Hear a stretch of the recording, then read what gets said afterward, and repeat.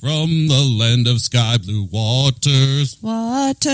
Small scale life is podcasting. Small scale life is podcasting. Small scale life. Oh, Intro right there. Oh, God, please, no. Oh, yeah, baby. It's going to happen. Learn, do, grow, and be a little better every day. Welcome to the Small Scale Life Podcast.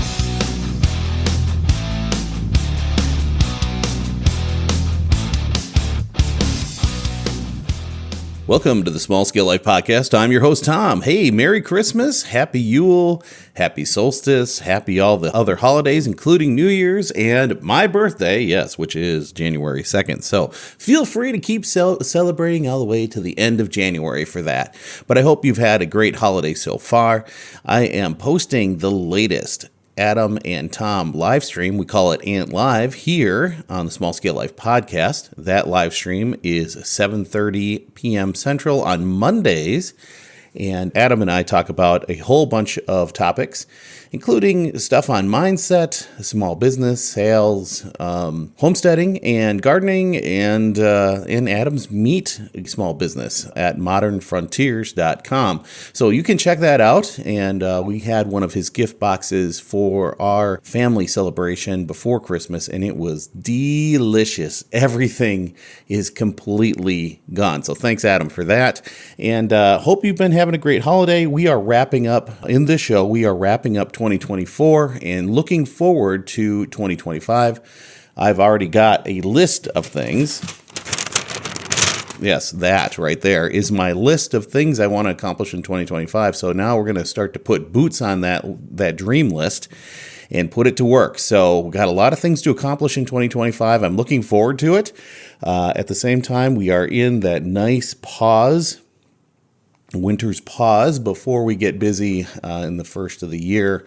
I've got a lot of things on the plate that I want to roll out in 2025, so I'm looking forward to that. We are going to do a show next week. I'll be on the road, but we will attempt to put that together and have that for you. So I hope you're having a great holiday. Enjoy the pause. Take a deep breath. Take some time for yourself and get some rest. We'll be back at it.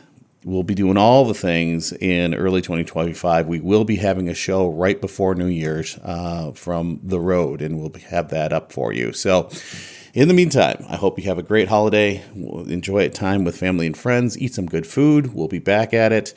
And remember, learn, do, grow, be a little better every day. Here we go with the main content of the show. Talk to you real soon.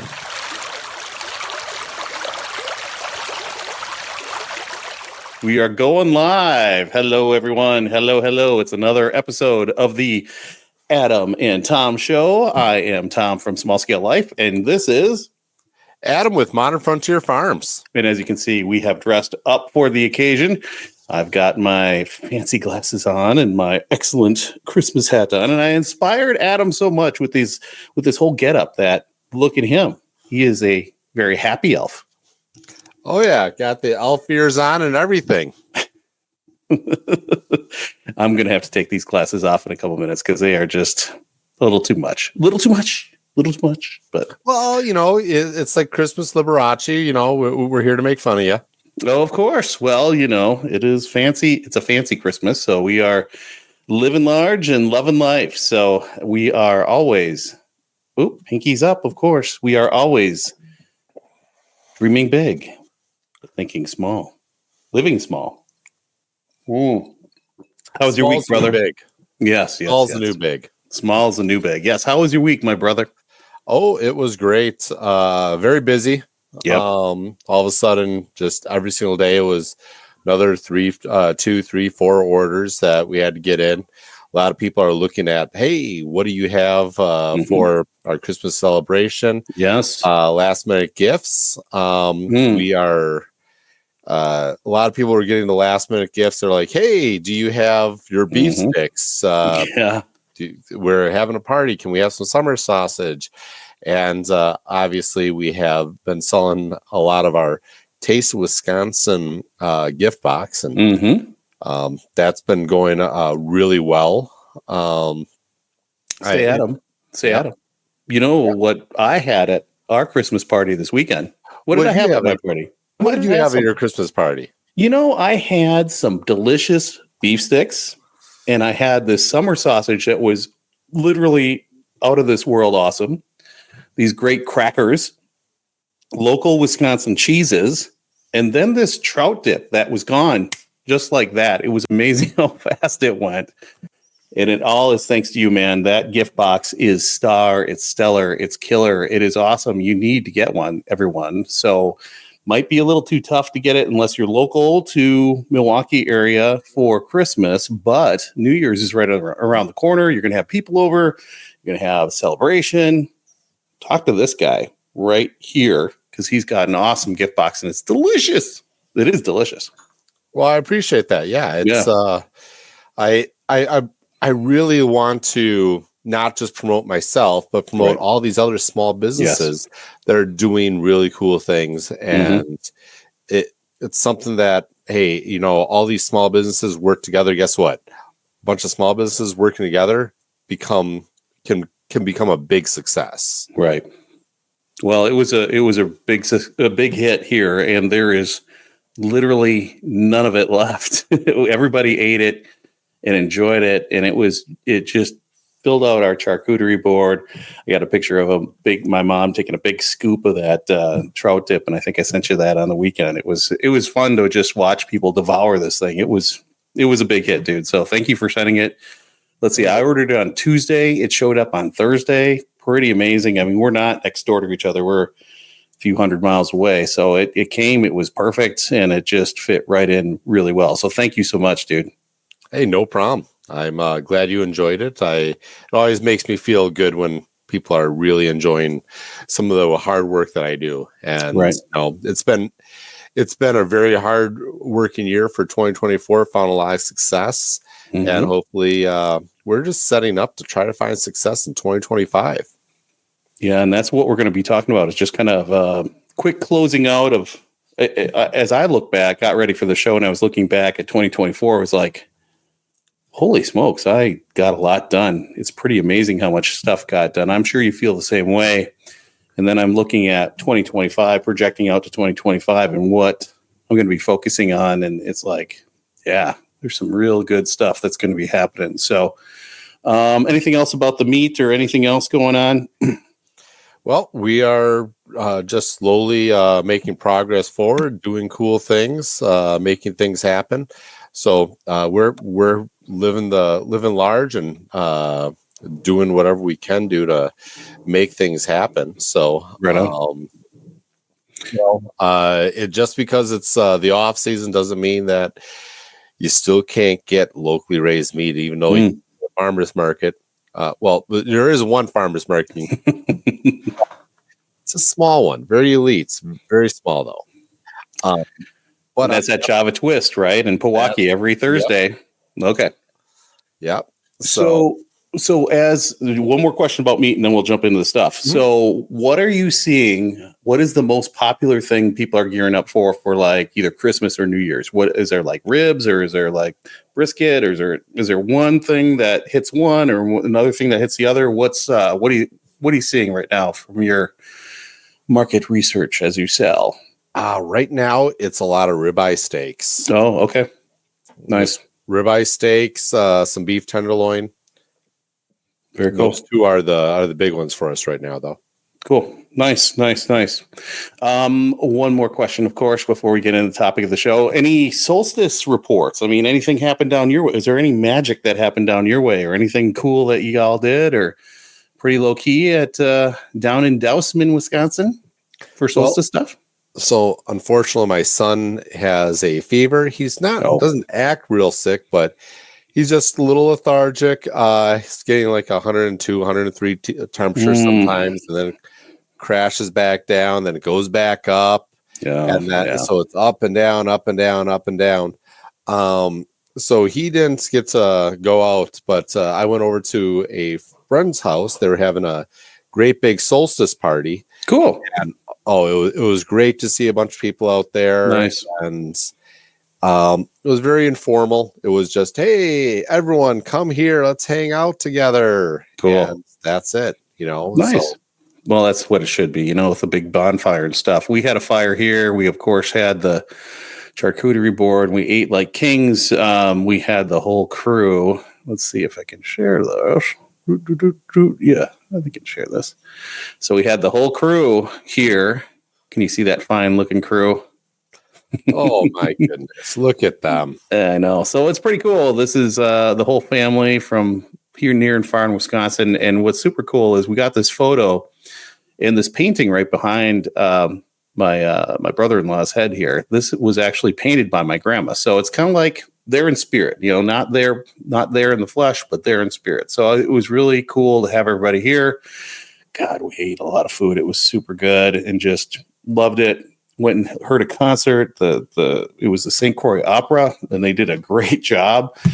I mean, most of the songs were either in Norwegian or Swedish, and I couldn't understand them. But it was super cool to do that. So it's just kind of fun to get everybody together, have a meal, break some bread, and just enjoy the togetherness with everyone. So that was cool.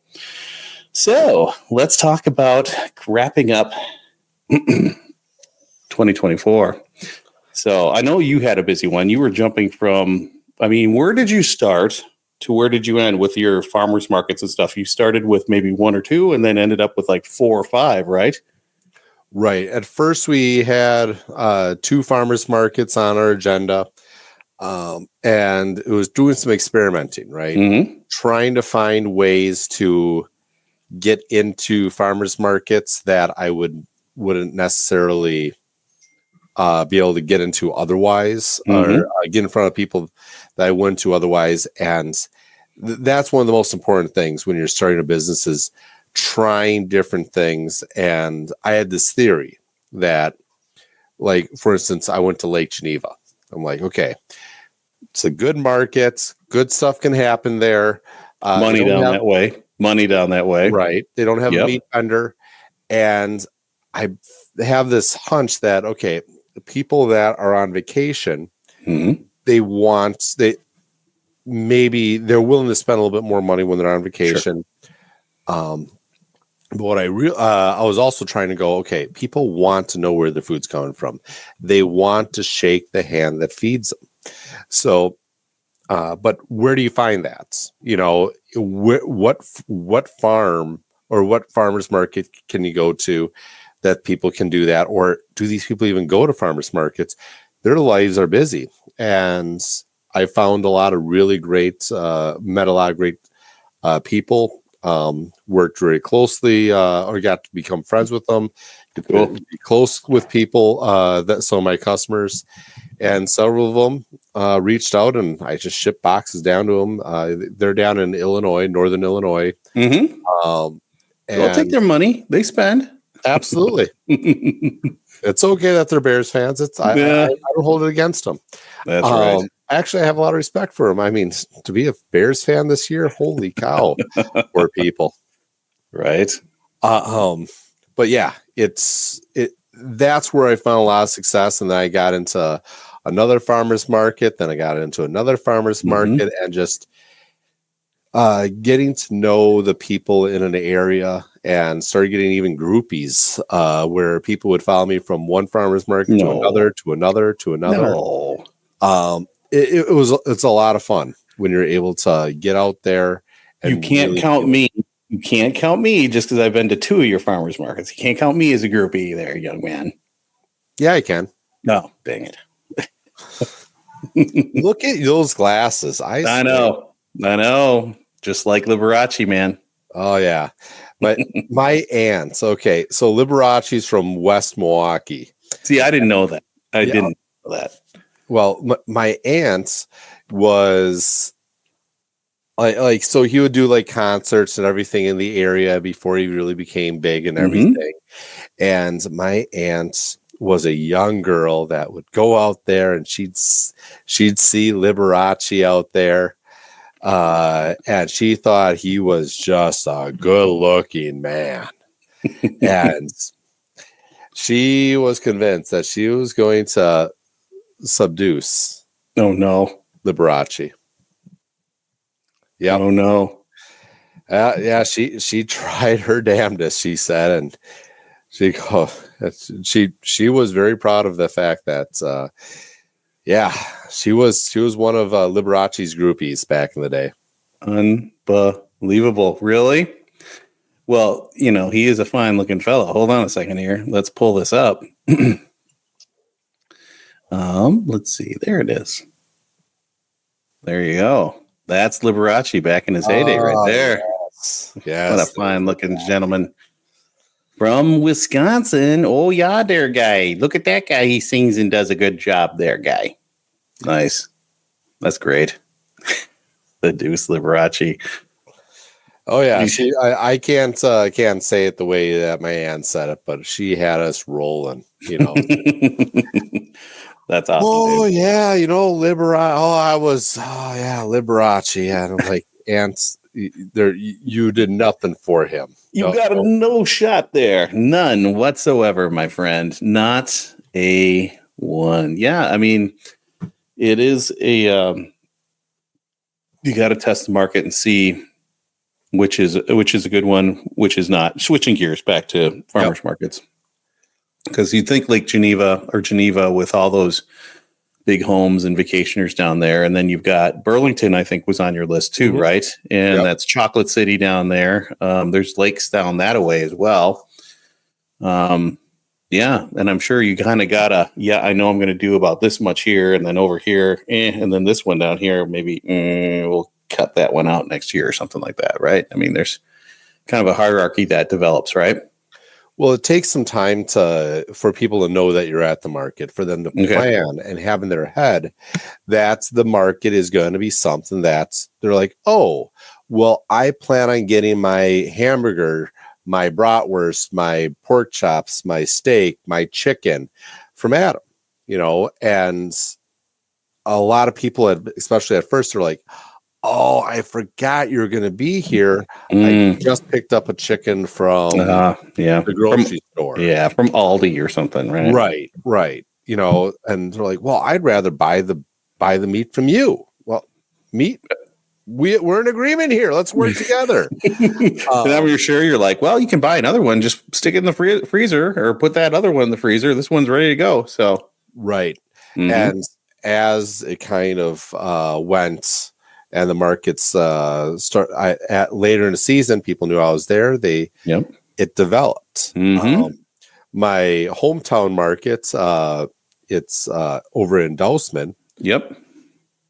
That one started off extremely slow. It's just like, what am I doing here? But it's showing up, and you have to think of the market as marketing.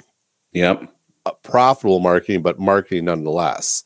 And instead of me spending $10,000, $20,000 on marketing and hoping that it's done right, we show up, we get to shake their hand and get my product out that way. And it's a great marketing tool. So I would show up at Dousman. I've been there 2 solid years now. Sweet. That we're going into year number 3. It started off as I sell maybe $100, $150 worth of product, and thinking, this is going to be a hard market for me to really make money at. Right. There's not as much money in Dousman as there is in some of these other areas. And all of a sudden, it started picking up. Towards the end of the season, I was making good numbers. Good. Where I was like, hey, this is actually worth it. But it takes time and effort to show up at the market, be consistent with it, and earn the trust of the people around me that, hey, number one, it's worth the price that we're paying. Number 2, he's going to be there. Right. So if I say I'm going to be there, I'm going to be there. And number 3 is, being able to just show up, be able to get to know people and develop those relationships with people. And it really turned out well. I'm excited to see because Lake Geneva was year number 1. Burlington was year number 1. I also did Waterford. That was year number 1. What are these markets going to look like next year? How is that going to work out? Now, was there a farmer's market up in Okauchee or no? Not yet. Okay. We're talking about having a farmer's market up there on a Sunday. Oh. That's interesting. Sunday mornings, I do a Sunday morning farmers markets. Do a little bit later, between like start around 9, goes till 1-ish. Maybe have a coffee vendor there. Sure. Work with the stores and restaurants that are there, and give them something to to bring people downtown Okauchee. It's a cute little downtown. Yeah, it totally is. I was there. Yeah. Mm-hmm. No, that's good, man. I like that. So you've had a busy year, and we'll get into 2025 in a minute. So anything else you'd like to share about 2024? Or? Well, a lot of it was we've developed a lot of things, developing customer bases with stores. Yep. Looking at how can we continue building up at each one of these stores, get our products sold there. And then, developing products that work really well with the stores so that it's profitable for me and profitable for them. So those are two of the big things for us. Is it has to be profitable all the way around. Right. Yeah. I mean, meat sticks and summer sausage were delicious. We have some of your pulled pork yet still in the freezer. I got to pull that out and make that up. So probably after the new year, we'll do that. So that is on the agenda, my friend. It's perfect. Good stuff. So yeah, really nice. So our year was a little different over here. So we weren't exactly building a business. I mean, I thought about it. I actually was starting some things, but we'll start with the story this far. So in June of 23, this was our little Driftless Oaks farm here. And actually, this isn't even the most current. This wasn't the aerial of us living there. This is like a couple years old. I think it's 2022, or no, probably 2021, maybe even 2020, because we had the chicken coop. None of this garden was here, So this was a little farm, and we moved away from that in 23. And then I don't know if we can see this here. It's kind of funny. Okay, we'll stop sharing this one. And then the nice thing is I'm getting to play with the tools here. So that's always good. Here we go. We'll share the next one. So that was Maiden Rock. And then we moved up here to the landing. So this is our little house here. This is part of the Willow River right here. And it's really funny because this is from this year. And you can see what's here, right? Back here in this back corner. This is funny because as we zoom in, yes, this is one of our vehicles. This is our kayaks and our little trailer. And look who's back here. Is that Tommy Cakes? That is Tommy Cakes working in the garden. I was starting to water the watering troughs back here. I hadn't quite finished the fencing. I had some of it in place. I hadn't gotten the gates in yet, but yeah, I was looking at the photo. I'm like, what the hell am I doing? Oh, there's the hose right there. And yeah, that's me. I was getting some water in there. So so this was we had Mulch Mountain right here too. So yeah, this was our place. And, this was in June. So I hadn't finished the project yet. I didn't finish the garden until July, late June, very late June. And then it was I got to get these plants in. So I was planning on selling a bunch of seedlings, but we got busy with Mulch Mountain, with this whole garden build project. And I need the fence because we do have a lot of deer that come through.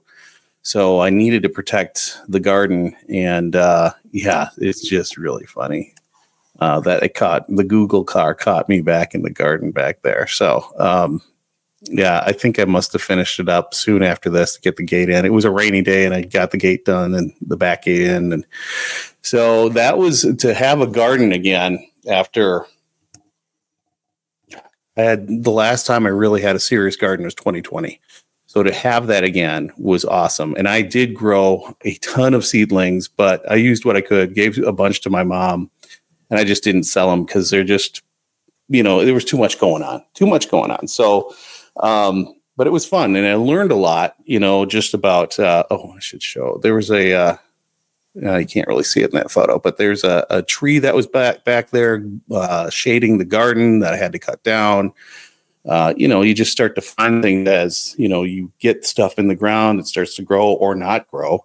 And then you're like, what's going on? And, there's too much shade here. So I got to cut that little maple down. And so it was a really good year from that aspect of getting back in the garden, getting back growing things.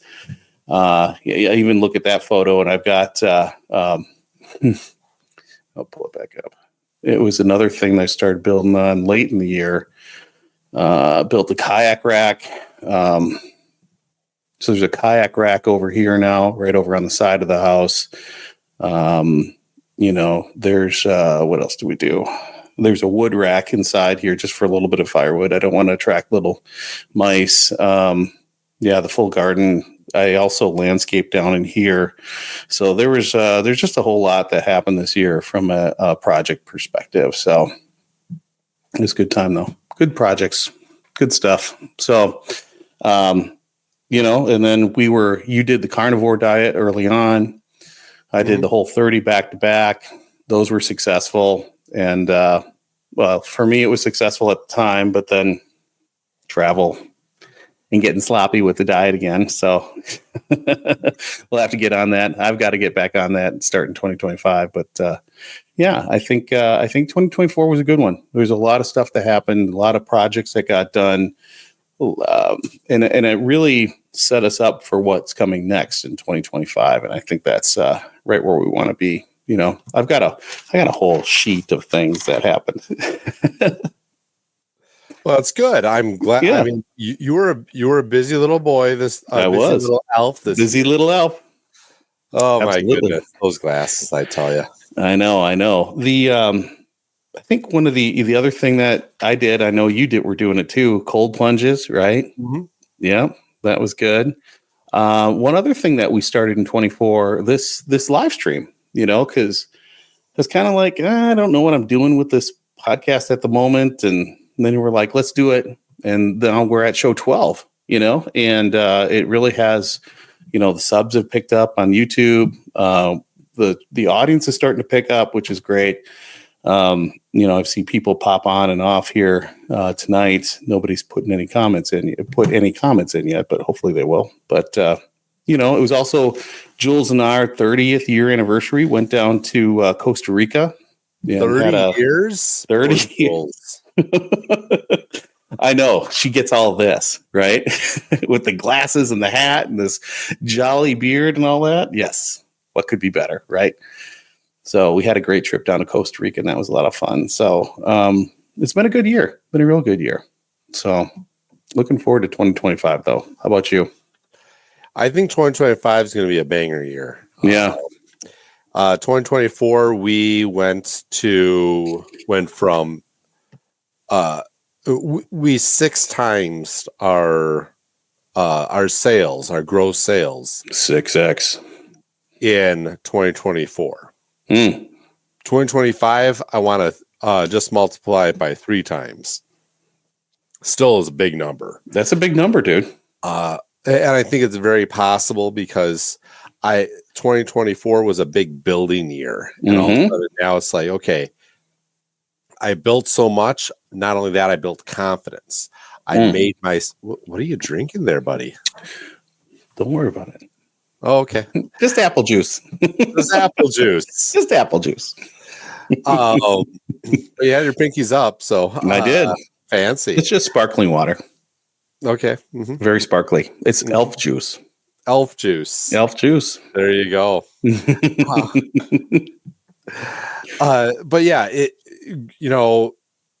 what's cool is it started off as I was able to find some success, and now I'm going to be able to build off of that success in 2025. And so for us in 2025, it's going to be, we're going to maybe add another farmer's market, take one of the farmer's markets out, add a farmer's market, and see what works and what doesn't work for weekends. Trying to find ways to utilize my weekends more efficiently for marketing, for selling. and maybe get into a couple other markets. I am already in conversation with a couple of stores to get my product in their stores. They're very interested. And so early 2025 in January, we're going to be having further conversations, seeing what we can do to work together. And there's going to be a couple other opportunities that come out of that, which is, once again, you talk to people, opportunities just show up. Sure. So we're excited about that. What else do we have?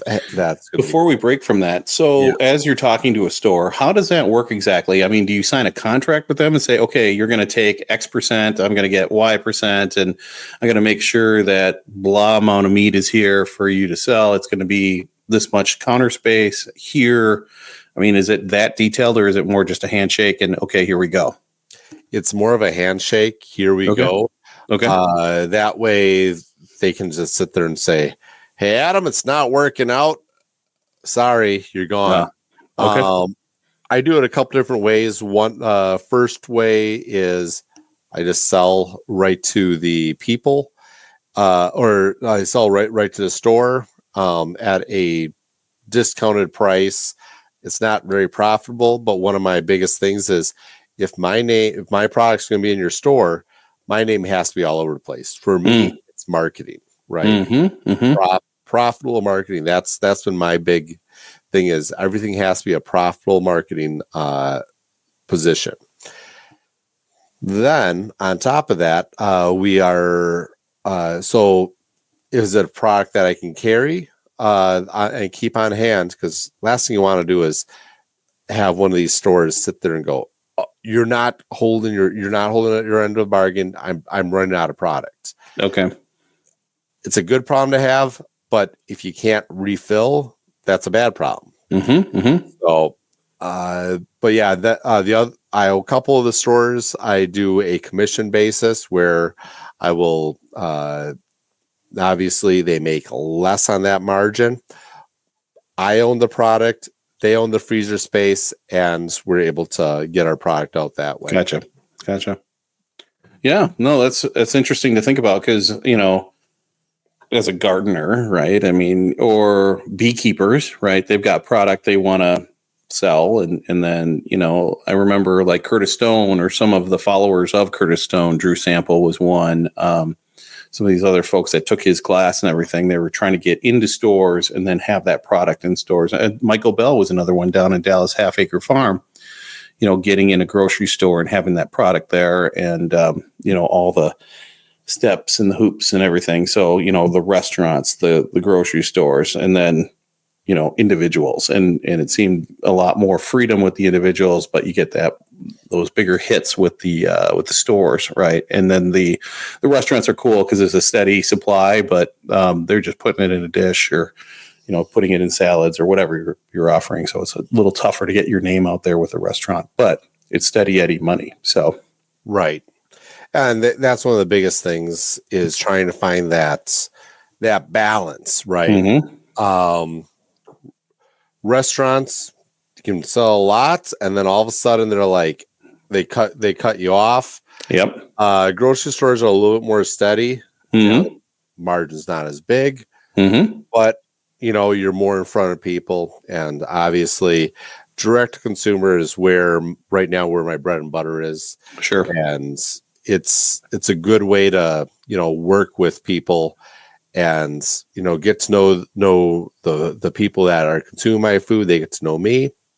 It's, to my opinion, it's going to be the most profitable because I'm not discounting anything, and I'm building those relationships, and it's the most fulfilling part of it. Right. Direct to consumer is pretty good, man. If it's the butcher box is probably the gold stand, or the gold ticket, right? Because then you're getting a monthly subscription that renews every month, money in the tank, and it keeps a nice little balance in your checking account, I'm sure. So that would be a wonderful thing to have, I'm sure. Right. And that's something that you can grow. And that's one of the things with farmers markets, with working with, say, some of these grocery stores. it's hard you can grow and you can grow fast, but there's just me. It's just me, my wife and I. That's it. Yep. That's our whole business, right? Right. It's costs a lot more to grow that and 10x it to a point where, I'm more hands off. Right. It's only me. Right. Where the scalability. the boxes can be very scalable. I can find ways to make that work for scalability. There's other services out there that I can utilize and go, hey, you know what? You are the ones in charge of filling these boxes up. These are my standards of quality. Anything that doesn't meet those standards, you put to the side. We'll figure out what to do with that afterwards. But, other than that, yeah, it's about keeping those high standards up there. Right. The, there are CSA. I don't know if you've ever had a conversation with the farm to table, the urban farmers, those types with the CSAs. Have they ever approached you or anything like that? I'm just kind of curious, brainstorming here. A little bit. I had a couple people approach me about CSAs.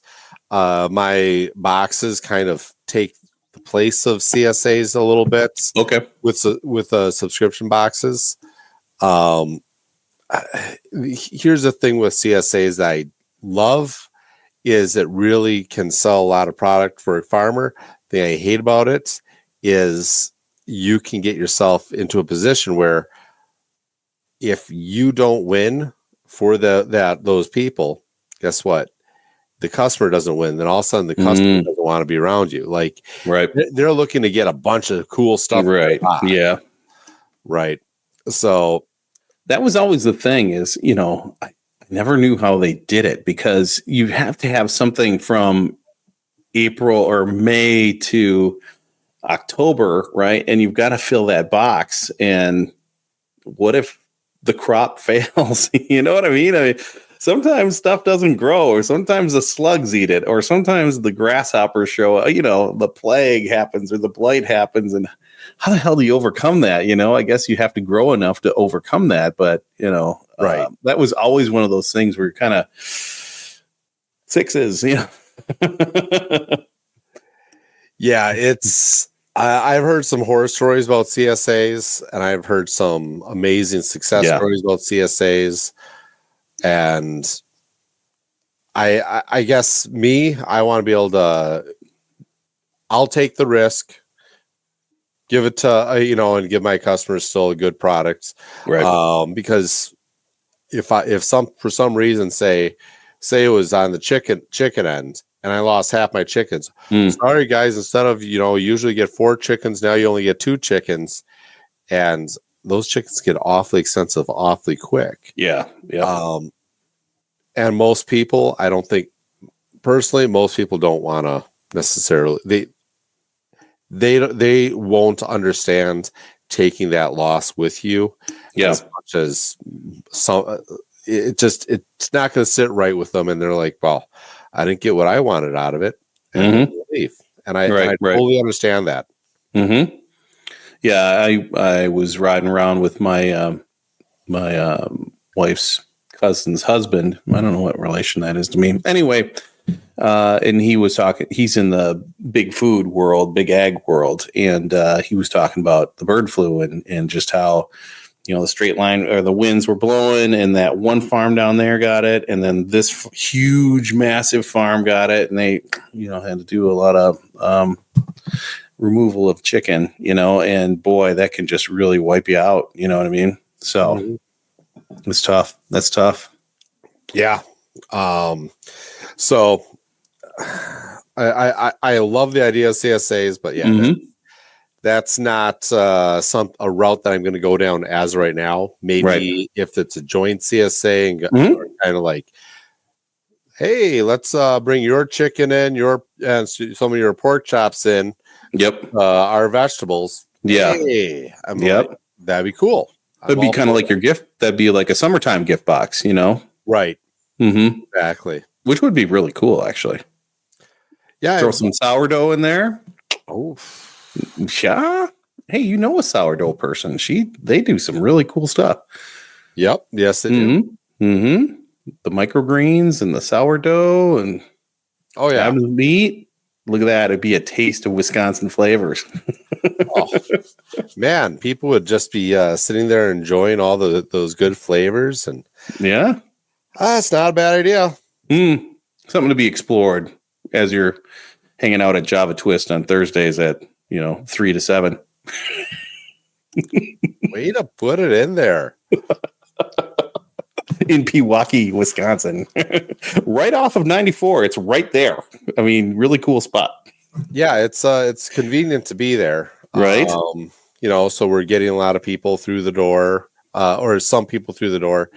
This last week was a little slow, but cool thing is it's a very, like I said, it's a very elite market. So you don't have the fluff. You don't have some little lady selling salto ornaments or selling puzzles or whatever else. It's just, it is straight up the stuff you need.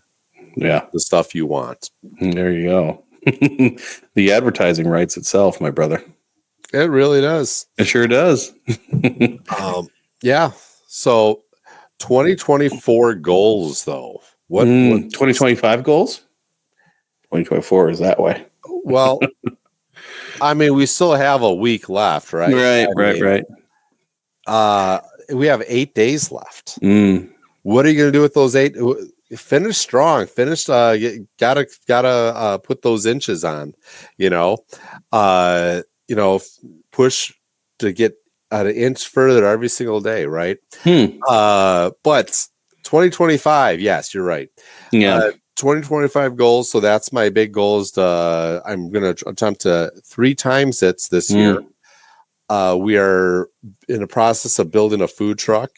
We're going to have the food truck up and running. That's going to add a lot of cool things to our business, and be able to have our chef doing the things that we do. Cool. And under our standards. So that's going to be cool. It's going to have Modern Frontier Farms plastered all over the side of that thing. Oh, nice. It's gonna be great. But you'll be your own best client. That's part of it. Build your own clientele. And the cool thing is I can sit there and say, hey, I have a lot of this, say, skirt steak. Melissa, can you go ahead and how about we make some tacos?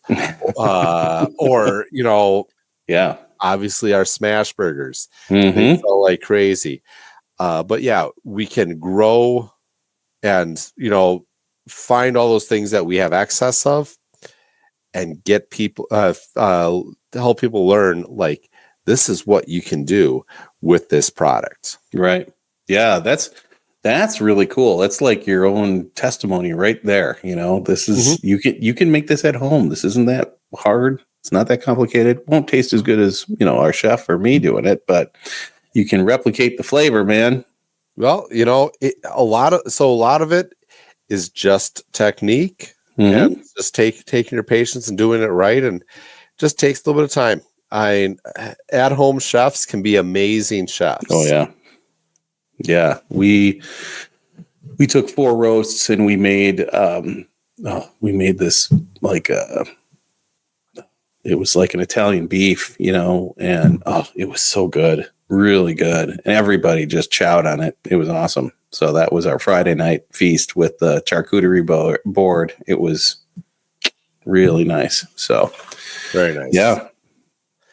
And then, but one of my big plans for this coming up season is just to become slightly more organized, becoming more efficient with my time. And there's ways to do that. I've been reading a lot of books about doing that, just improving, right. Growing, learning, doing, learning, doing, growing, and being a little better every day. See that tracker down there in the bottom, my brother? You just have to read that. You're good. Yep. That's all you got to do. Just read the tracker. Read the tracker.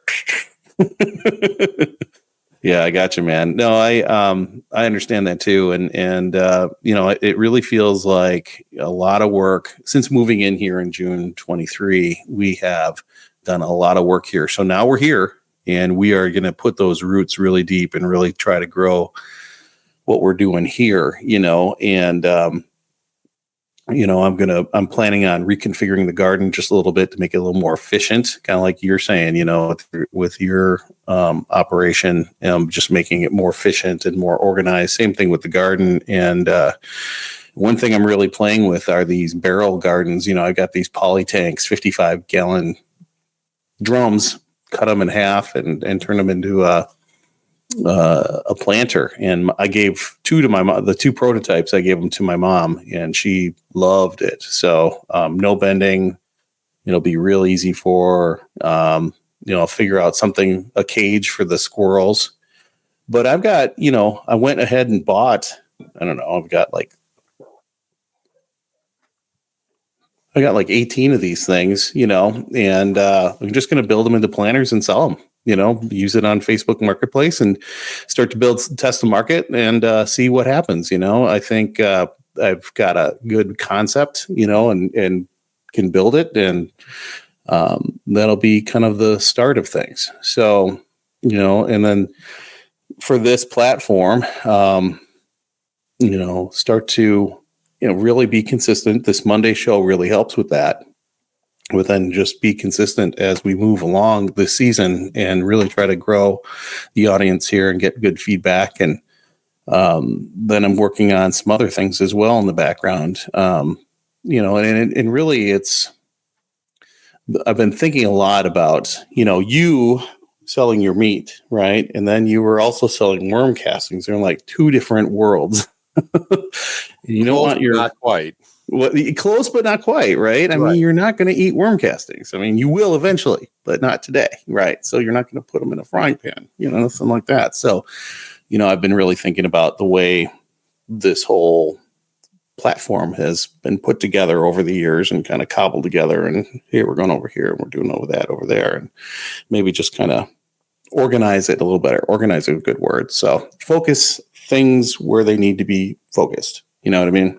Mm-hmm. Because if you're too wide and not deep enough, then you're really not hitting the right market. It's just, it's nice, but it's not really what I need. So I'm kind of really interested in kind of tuning things up a bit here on Small Scale Life platform, and then have a couple other things for the other things we'd like to do. So if that makes any sense.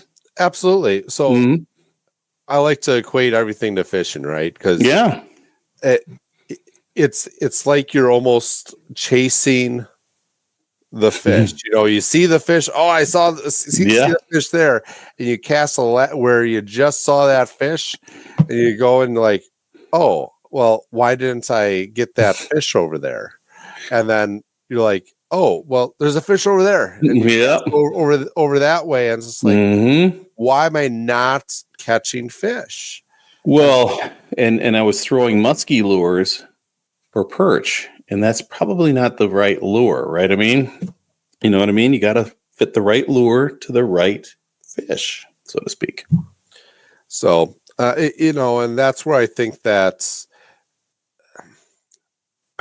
we need to have more people out there growing themselves, right? Not just sitting there growing food, but becoming a stronger person, themselves. And, I'm such a different person than I was 5 years ago. No, same. Way better, different person than I was 10 years ago. Oh, yeah.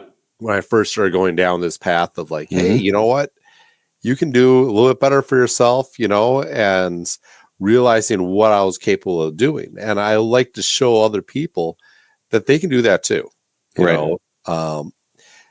So there's that aspect of it. There's a small agriculture. It's like, I love showing people about agriculture, but there's a lot of people talking about that. And what are you able to show when it comes to gardening on a podcast? It's a lot of information, but it's difficult to show it, right? Right.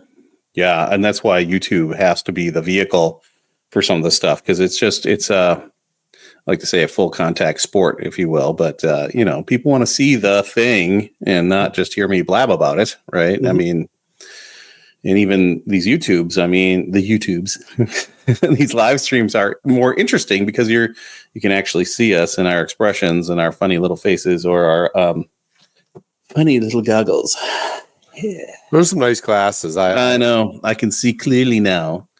The fog is gone. Yes, I can. I can see clearly now. The rain is gone. Oh, I tell you. This guy. I get hooked up with this guy. That's what Jules and I talk about. Like, really? I know, right? I know. So I don't know if you've heard the last 2 podcast episodes, but they've been the audio ripped from this, of course. But, if you listen to the last 2 podcasts, you would hear me sing at the very start of the show. So I don't know if you caught that. I don't know if you want to catch that, but just heads up. Oh, goodness gracious. God help us. And as I was snowblowing, the 3rd song revealed itself to me. So, yes. The 3rd song. So the 3rd song. Yes. Keep torturing our 2 people that listen to us. Absolutely. Oh, yes. They're going to hate me so much. They're going to love me. That's okay. No, I agree with trying to inspire others to improve and stuff too. I mean, that's another one big aspect here is, you and I are both getting older, brother. And, it's getting harder and harder to lose a couple extra pounds. And I don't want to look like the jolly old elf. So that is another thing that is going to be a huge focus for me. I need to set aside the time to do it. And cold plunging is definitely in that. The yoga stuff that I've been doing with Jules, very much part of that. And I know some of the guys are going, oh my gosh, really? But yes, yoga. Yes, it helps the stretching. It really does help these joints. And, especially if you have arthritis and get things moving and stretching. And, just being more active, biking or hiking or kayaking, fishing, definitely more fishing required. Yes. Well, I'll have to try to get out there and see if we can get some tip-ups going. Oh, yeah. So my brother was here and he brought a couple tip-ups, but just with the timing and the opera and all the other things, it just didn't quite work out. But we know how far out we have to go. So. All right. I mean, you have a beautiful ice shanty sitting right there on the lake. It'd be perfect. I know we could record and we were watching for those tip ups and go or sit in the hot tub or the cold plunge tank and the hot tub. Oh, that's right. You have a hot tub. We do. So we dreamed about that for over 10 years and we finally got it and it's really sweet. So that's one of those things that you just didn't think was ever going to happen. And then here we are. So it wasn't going to happen on the farm, the electrical there and it wasn't going to happen out there. Nah. Now you guys are hot tub people. Well, Yeah.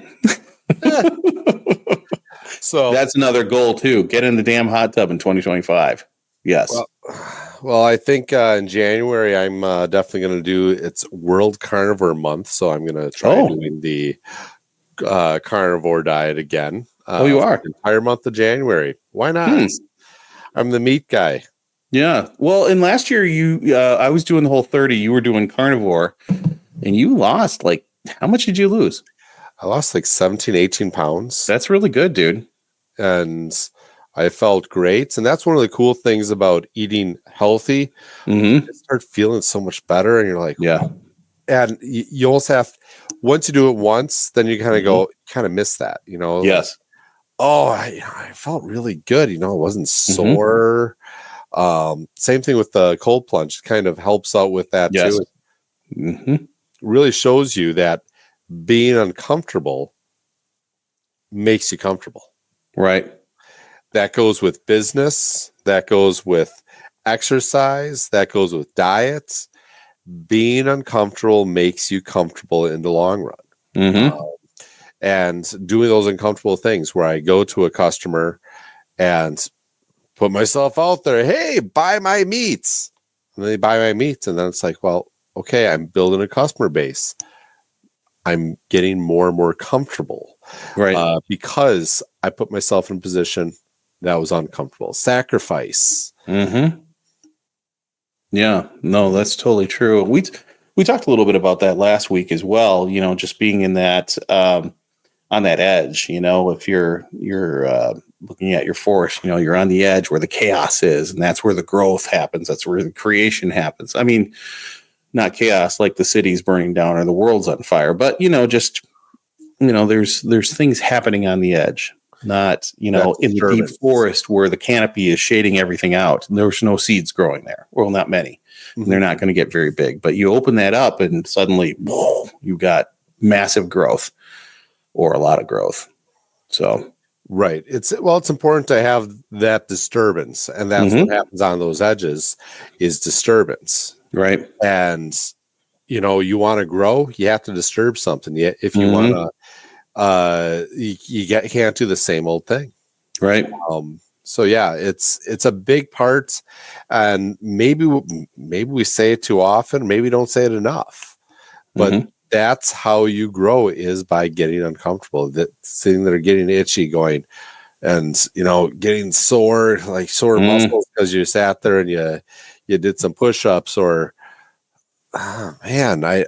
no, I don't need that extra donut, Yes. Hey, the extra Hershey Kisses. Yes. Yes. I love syrup. Yeah, no, I totally agree with you. I think it's going to be fun too to watch Jules. So I've got a, for me, I'm working full time, so it's going to be kind of in the off hours, developing things and doing things and keeping the garden going and this place maintained. And then also Jules is going to get some things going too. So it's going to be kind of fun to kind of work together with her and getting some of her things going. And I think it's going to be a really interesting year. Really interesting. I have high hopes for 2025. I think a few of the steps I think people should start thinking about. Should we go through a little bit of the steps of let's do that. How to be successful? Well, number one is have a plan. Definitely have a plan. Number one is actually have a dream, and then have a plan on how you're going to execute that plan, that dream. One of the things, sometimes you can get too caught up in the plan and not actually act, but it does help to write things down and journal it out. And just what are you going to do and how are you going to do it, right? Work backwards on the steps. And, these little journals are great for doing that. I mean, this thing is chock full with ideas, but some of the best ideas are like the stuff that I really want to do. So I know what I'm going to do. Now I just need to do it. But yes, have a plan. Right. Number one. And then go, okay, that plan is sometimes that plan falls out of step and you're like, well, it's A, B, C. Sometimes you're going to hit B first and then C and then A, and it doesn't always fall in sync, and you're going to have to be flexible with that. But you're going to see opportunities. You're going to excel at those opportunities and go, hey, this is something cool. This is happening. And you're going to learn from those opportunities what works, what doesn't work. Some of these opportunities are going to fall flat on their face, and you're going to be like, you know what did I learn from this? Right. What's really cool is when you get to start learning from other people and seeing mistakes other people are making or possible mistakes that other people are making, going, all right, them over here, for instance, there's a store that I work with that they have very limited hours. And they're like, well, we won't need work-life balance. I go, that's great. And I love work-life balance. But if you're a startup, you can't have work-life balance. Right. It's about work. You got to put the time in and put the effort in. Otherwise, you're not going to see the growth that you need, not just desire, but you need it in order to grow. Right. So how is that going to happen? Right. I think another, and didn't see your list, but I'm going to guess, because I know you've had one. I've had one. Mentors are always good. right? Yep. They can be very helpful, give you good advice, and help you navigate. That's essentially what the show is, everyone. We're mentoring. So, on different ways to do things, right? Maybe I don't have a business, but I've done a lot of other things. And Adam has a business, and he's kind of goofy looking. So, we make a good couple. We're the odd couple. I mean, look at this face, right? Oh, my God. Oh, yes. But just lost 5 more listeners. We're negative listeners all of a sudden. I know they're gonna boot us off YouTube.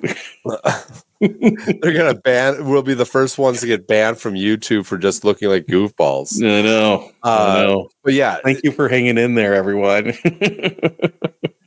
I think I'm the only person on there. I think so too.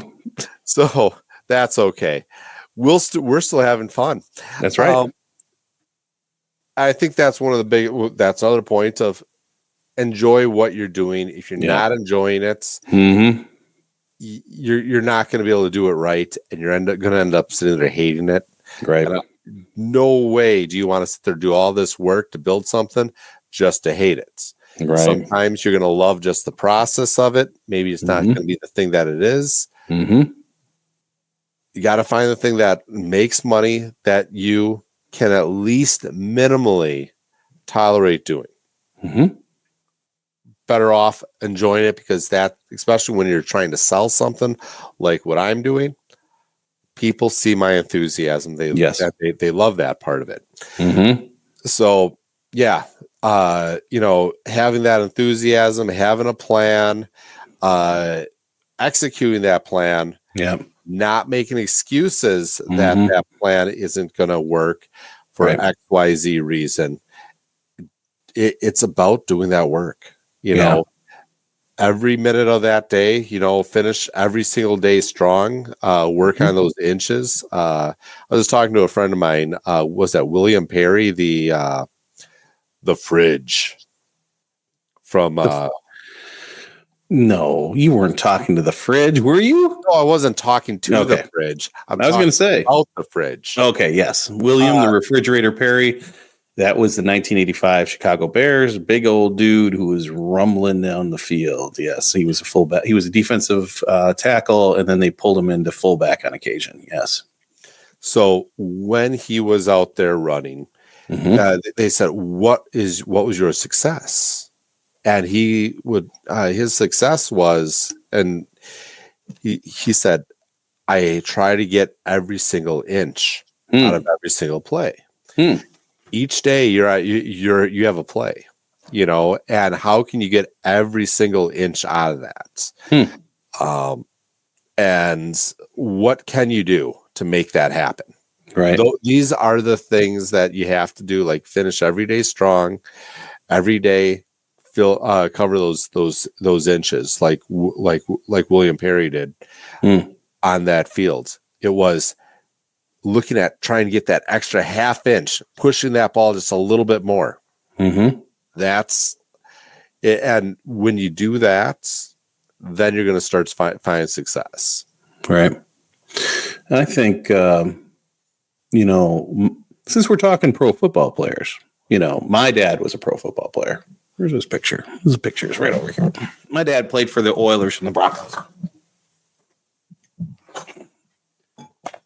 There, that handsome devil, that guy. Oh, look at him. I know, right? And he's probably going, what the hell is he wearing? Anyway, he always said he wasn't the biggest, he wasn't the fastest, he wasn't the meanest out there, but he had incredible competitive spirit, and he had the desire. That was what propelled him. He wanted to do it. He had that desire, and that pushed him ahead all the time. And then he was also very consistent. He was there, he was working out, he was doing the thing. And those things were the keys to his success. So, pro football is hard. That's a hard business. Every finger was broken. His knees were blown, broke his back at one point. But man, every day he got up and he did the work, even in the private sector after he left pro football. I I think he was a little crazy. He said, "Oh, I've never taken a sick day in like 15 years or 20 years." I'm like, that's a benefit. Take that. But he was proud of that. You know, he was consistent. He was driven. He loved what he did. He loved people. So, you know, I think we can all learn some of those lessons there too. Every inch, right? Being consistent, having that desire, and keep pushing yourself. Right. You're not done until you're done. So I'm excited to see what everyone else is going to be able to do in 2025. Yeah. I want to hear people reporting back, hey, I finished a little bit further today. Yeah. You know, it's a little bit better today. And right. I'm excited to hear what other people are doing. I'm excited to hear what you're going to be doing, Tom. Mm-hmm. I'll be excited to report back what I'm doing.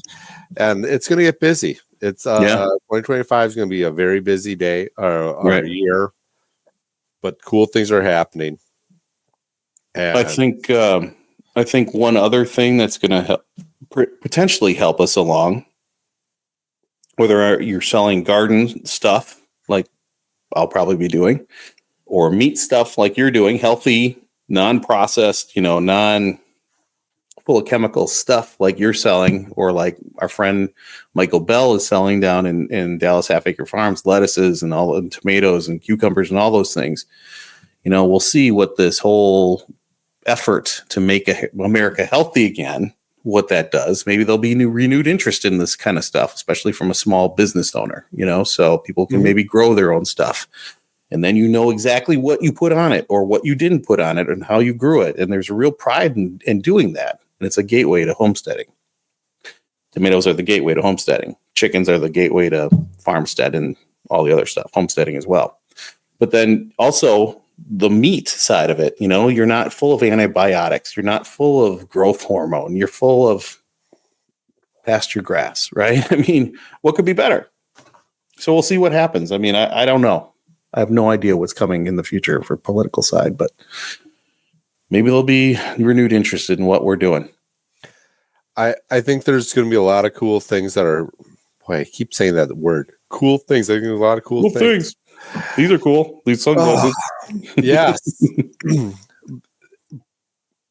People are going to start really looking at, and they've already awoken and start looking at things and going, okay, how can I look at where my food's coming from? Right. How can I start doing something of my own? Right. We might be coming into a really tough time in this country. Let's keep our fingers crossed that doesn't happen too long, but we're going to start really seeing the resilience that we call American people, you know, that this melting pot of all sorts of unique cultures coming together.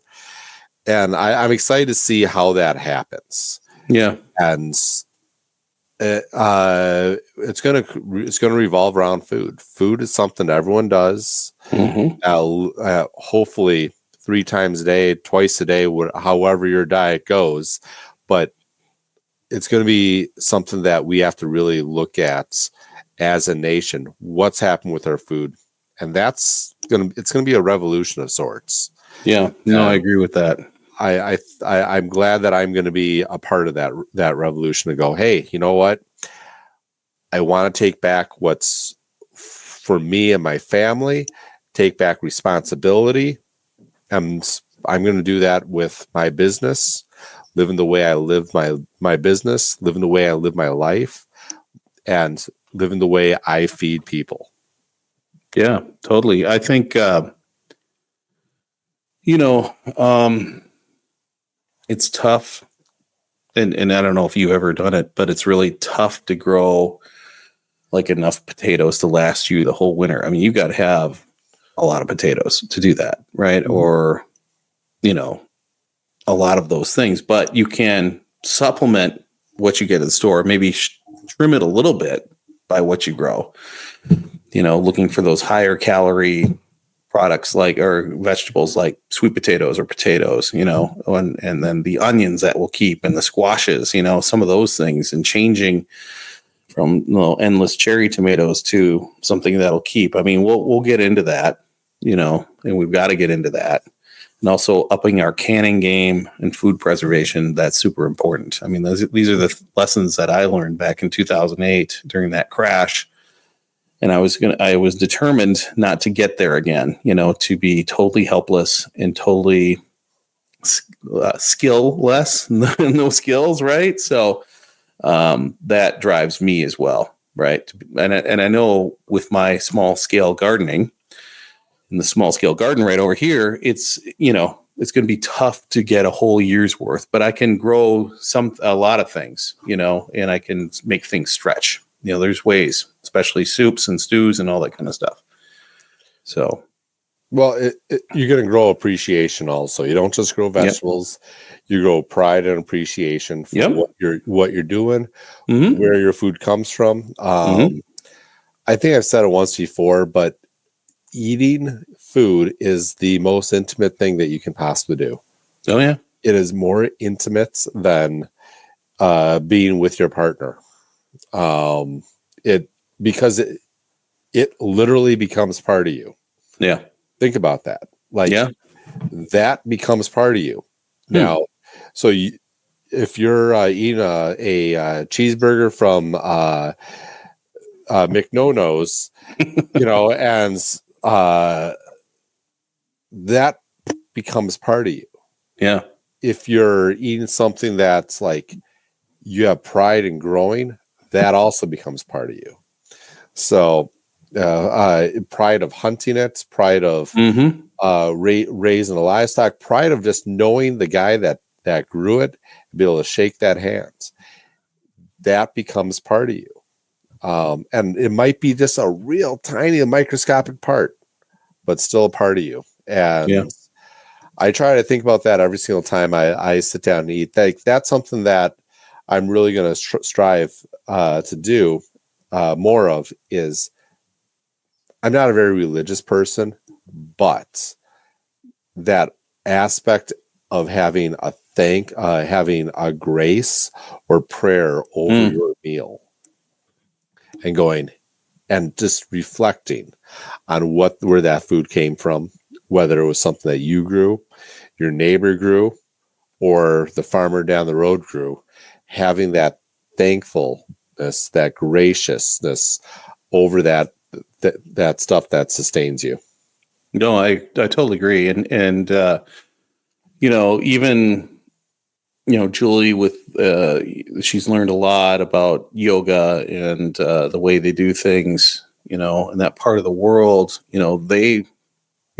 Christians don't have a corner on prayer. So being thankful to the Creator for the ground, for the soil, for the seed, for the plant, for the people who picked it. I mean, all that gratitude, it really comes back to a gratitude practice that we've talked about here before. I mean, it's cool stuff to grow something like this, and to have a basket just overflowing full of produce. I mean, and the beautiful thing is you can make salsa and all kinds of stuff out of all these tomatoes, or you can go over to your neighbor and say, hey, need some tomatoes? Want some tomatoes? Try this out. I mean, that's how I got into gardening. Was the neighbor came over and she's like, I've got all these tomatoes. I don't know what to do with them. Here, you want some? And I was like, how did you do this magic? What did you do? How can I do this in my own yard? And that was 2008. And that's when I started doing this kind of stuff. So it's simple little acts like that really that really get you going. And here we are, 2024, and growing stuff like this. I mean, this was just one of many harvests this year, which was totally, totally cool. But yeah, I totally agree with you about thanking Source and the soil and everyone else, for putting that food on the table. It's really important to have that gratitude. Is that just one tiny little cucumber?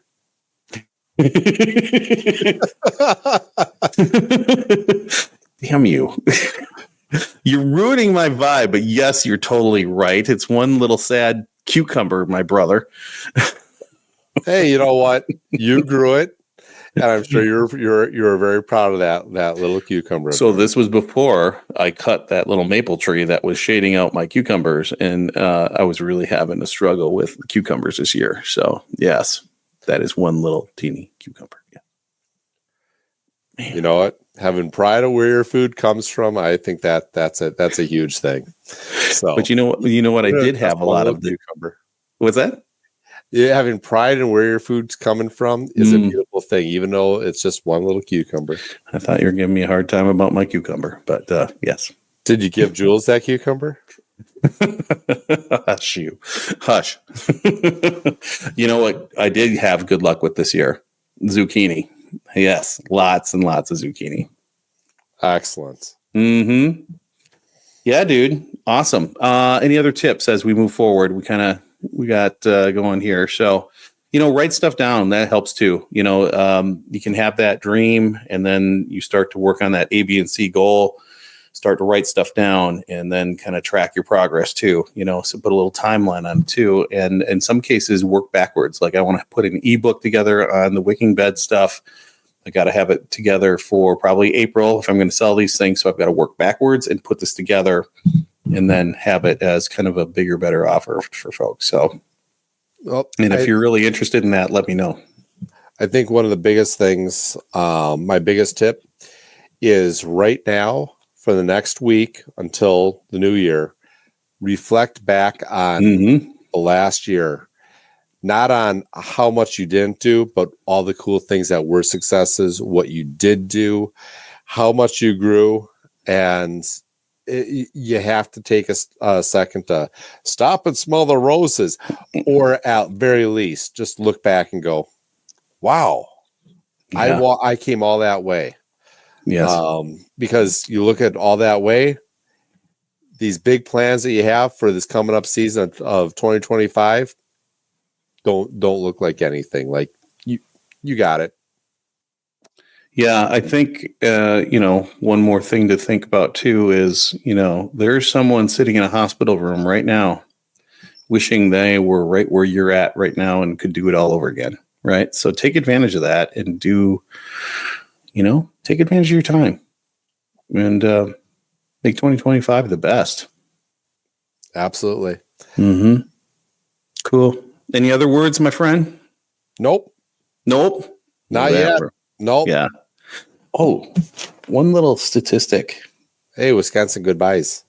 Oh, yeah. One more thing. If you watched last week's show, you know what we're talking about there, guy. So on the Small Scale Life YouTube channel, there are over 350 videos and shorts there. 350. Now, 240 of those are actual Small Scale Life podcast episodes that are under podcast. I hooked up the RSS feed to the YouTube channel. So you'll get, some of them have videos already. Some have live streams already, but then you've got the full podcast there. So that's why you'll see this live stream pop up in lives. And then a couple days later, there'll be a podcast of the same title. It's the show from the podcast just coming on over to YouTube. So that's pretty cool. And there's over 2,000 subscribers there, and we're growing. So, it's 100. Check this out. Of the podcast, 240 episodes. There's 164 hours and 17 minutes. 164 hours and 17 minutes of episodes there. So don't tell me you got nothing to listen to, folks. I'm not Rogan, but I got a little bit of catalog there. So very cool. Really, really fancy glasses on today. So, all right, Mr. Adam, I think we've hit the 115 marker, probably our longest show. Mm-hmm. So what am I supposed to say? Remember to learn, do, grow, be a little better every day. This is Tom from the Small Scale Life Podcast. This is Adam with Modern Frontier Farms. We're so happy that you checked in. Feel free to put a comment on, even after the live stream ends. We'll be happy to look at it. If there's something that you want us to talk about, throw it in the comments. Fire off an email to us. Links are in the show description below. And we'll be back. I don't know. Are we going to be back? We'll got to talk about next week. I'll be on vacation, but we can do it. You're up for it. I'm up for it. I won't wear these. I won't wear these fancy glasses. I might have New Year's glasses on. So, oh boy. Remember to learn to grow. Be a little bit every day. We'll see you real soon. Take care, everybody. In closing, from the north to the south, from the east to the west, and everywhere in between, May the gods, spirits, and folk be blessed at this place. May we heal the land and protect the soil, animals, and plants.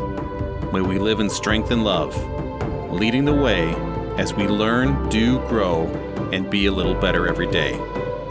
This is Tom from the Small Scale Life Podcast. We'll be back with another show. In the meantime, stay safe and take care, everybody.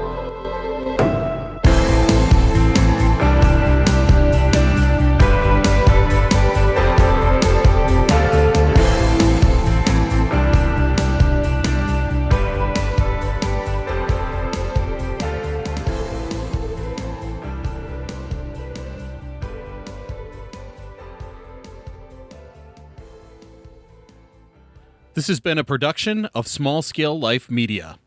Tomato Man,